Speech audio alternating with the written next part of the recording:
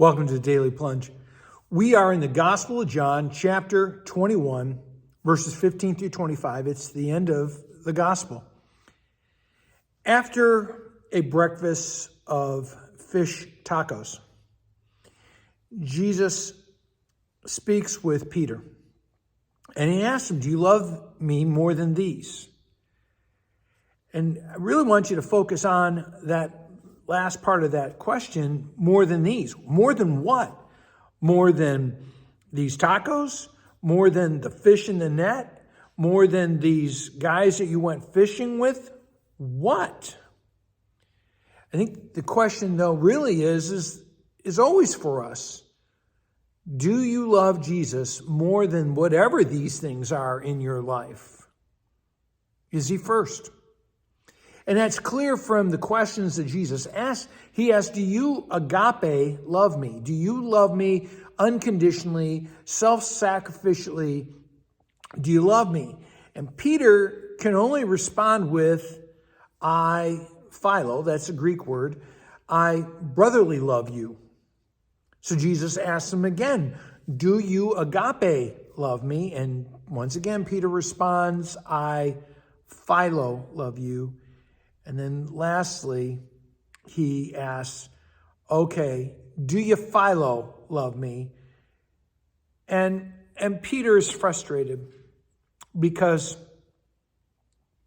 he's asked him 3 times. Now, why might Jesus ask him 3 times, huh?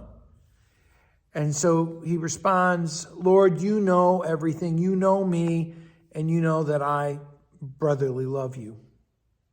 Now, after each one of these questions, Jesus says, I want you to feed my lambs, take care of my sheep, feed my sheep.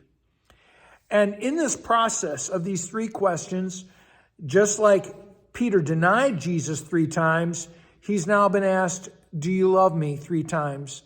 And there really is a confession and an absolution going on here. And Jesus is giving the promise to Peter because he's inviting him to continue with him, right? Jesus is not going to let the past break the relationship they're going to have for the future. And he invites him into being an under-shepherd because what a calling it is to take care of Christ's sheep. The sheep belong to Jesus, not to Peter. He is always, always an under-shepherd and a servant. And I just want you to pray for your pastor to think about the calling that is upon him to care for God's sheep. Now, next Jesus says, once you dressed yourself and you went where you wanted, but there's going to come a time when someone else will dress you and take you where you don't want to go. And the real question that's implied in this is, are you going to follow me? Will you make sacrifices? And we know that Peter will make the sacrifice all the way to being hung upside down on a cross.